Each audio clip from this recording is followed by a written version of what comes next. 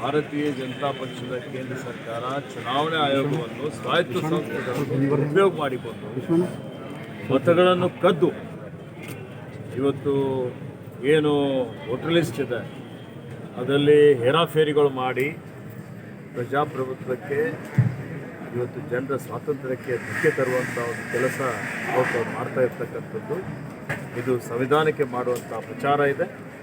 ಇದರ ವಿರುದ್ಧ ನಮ್ಮೆಲ್ಲರ ನೆಚ್ಚಿನ ನಾಯಕರಾದಂಥ ಮಾನ್ಯ ರಾಹುಲ್ ಗಾಂಧೀಜಿಯವರು 5ನೇ ತಾರೀಕಿಗೆ ಬೆಂಗಳೂರಿಗೆ ಬರ್ತಾ ಇದ್ದಾರೆ. ಬೆಂಗಳೂರು ಸೆಂಟ್ರಲ್ ಲೋಕಸಭೆ ಕ್ಷೇತ್ರದಲ್ಲಿ ಬಹಳ ದೊಡ್ಡ ಮಟ್ಟದಲ್ಲಿ ಅಫರಾತಫರಿ ಮಾಡಿದ್ದು ಇವತ್ತೇನು ಸಂಶೋಧನೆಯಲ್ಲಿ ತನಿಖೆಯಲ್ಲಿ ಪತ್ತೆ ಆಗಿದೆ. ಅದರ ಬಗ್ಗೆ ದೇಶದ ಜನತೆಗೆ ಮಾಹಿತಿ ಕೊಡ್ತಾರೆ. ಪ್ರಜಾಪ್ರಭುತ್ವದ ಉಳಿವಿಗಾಗಿ ಇವತ್ತು ಸಂವಿಧಾನದ ಉಳಿವಿಗಾಗಿ ನಮ್ಮ ಹೋರಾಟ ಮುಂದುವರಿತದೆ. ಎಲ್ಲಿವರೆಗೆ ನ್ಯಾಯ ಸಿಗೋದಿಲ್ಲ ಅಲ್ಲಿವರೆಗೆ ಕಾಂಗ್ರೆಸ್ ಪಕ್ಷ ಹೋರಾಟ ಮಾಡ್ತದೆ. ಇಡೀ ದೇಶದ ಜನ ರಾಹುಲ್ ಗಾಂಧಿಯವರ ಜೊತೆಯಲ್ಲಿ ನಾವೆಲ್ಲ ಇದ್ದೇವೆ. ಪಾರದರ್ಶಕವಾಗಿ ನಿರ್ಭಡೆಯಿಂದ ಸ್ವತಂತ್ರವಾಗಿ ಚುನಾವಣೆ ಆಗಬೇಕು.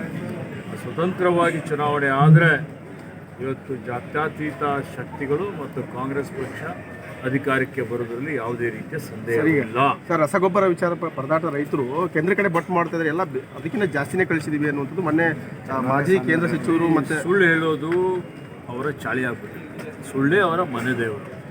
ಇವತ್ತು ಅವರು ಹೆಚ್ಚುವರಿಯಾಗಿ ರಸಗೊಬ್ಬರ ಕಳಿಸ್ಕೊಟ್ರೆ ಇವತ್ತು ಯಾಕೆ ನಮ್ಮಲ್ಲಿ ಕೊರತೆ ಆಗ್ತಿತ್ತು? ಕೃತಕ ಅಭಾವ ಸೃಷ್ಟಿ ಮಾಡಿ ದುಪ್ಪಟ್ಟು ಅವರೇ ಮಾಡೋದು. ನೋಡಿ, ಎಲ್ಲ ಅಪರಾಧಗಳು ಮಾಡೋರು ಅವರೇ, ದೂರು ಕೊಡೋರು ಅವರೇ, ತನಿಖೆಯನ್ನು ನಾವೇ ಮಾಡ್ತೀವಿ ಅಂತಾರೆ, ಜಜ್ಮೆಂಟು ನಾವೇ ಮಾಡ್ತೀವಿ ಅಂತಾರೆ.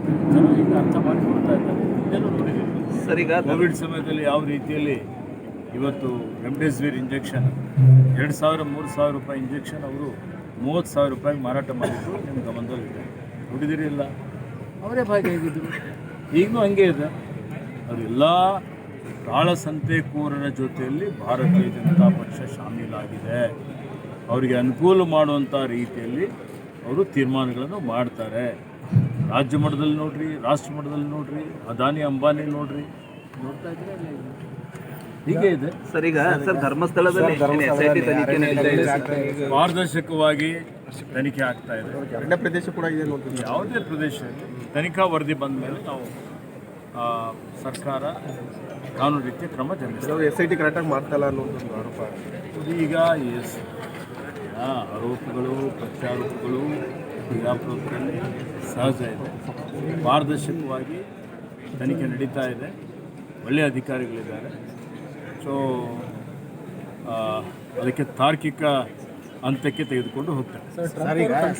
ಟೈಮಲ್ಲಿ ಕೂಡ ಮೋದಿಯವ್ರನ್ನ ಹೋಗಿದ್ರು, ಪೂಜೆಗಳು ನಡೀತು. ಈಗ 25% ಟ್ಯಾರಿಫ್ ಅನ್ನ ಹಾಕಿದ್ದಾರೆ. ಇದ್ರ ಬಗ್ಗೆ ಹೌದ್ರಿ, ಮೋದಿ ಸಾಹೇಬರು ಅಬ್ಕಿ ಬಾರ್ ಟ್ರಂಪ್ ಕಿ ಸರ್ಕಾರ್ ಅಂತೇಳಿ ಹೇಳಿ ಟ್ರಂಪ್ ಅವ್ರಿಗೆ ಗುಜರಾತ್ಗೆ ಕರೆಸಿ ದೊಡ್ಡ ಪ್ರಮಾಣದಲ್ಲಿ ಸಭೆ ಮಾಡಿ ಭಾಳ ಸ್ನೇಹಿತರು ಅನ್ನುವಂಥ ರೀತಿಯಲ್ಲಿ ಬಿಂಬಿಸಿದ್ದಕ್ಕೆ ಟ್ರಂಪ್ ಅವರು ಇವರಿಗೆ ಹಗುರವಾಗಿ ತೆಗೆದುಕೊಂಡರು.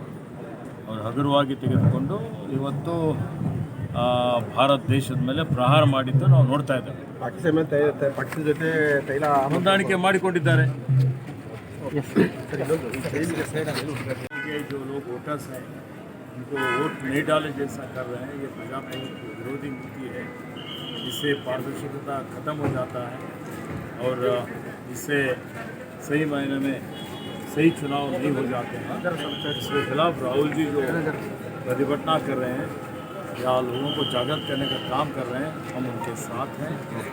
और ये पूरा पारदर्शक चुनाव होने का जो कार्यक्रम है होने तक हमारी लड़ाई, हमारी संघर्ष जारी रहेगी. 5 तारीख बेंगलुरु से 5 तारीख को बेंगलुरु में फ्रीडम पार्क सभी लोग इस कार्यक्रम में भाग लेने के लिए मैं विनंती करता हूँ. Okay sir.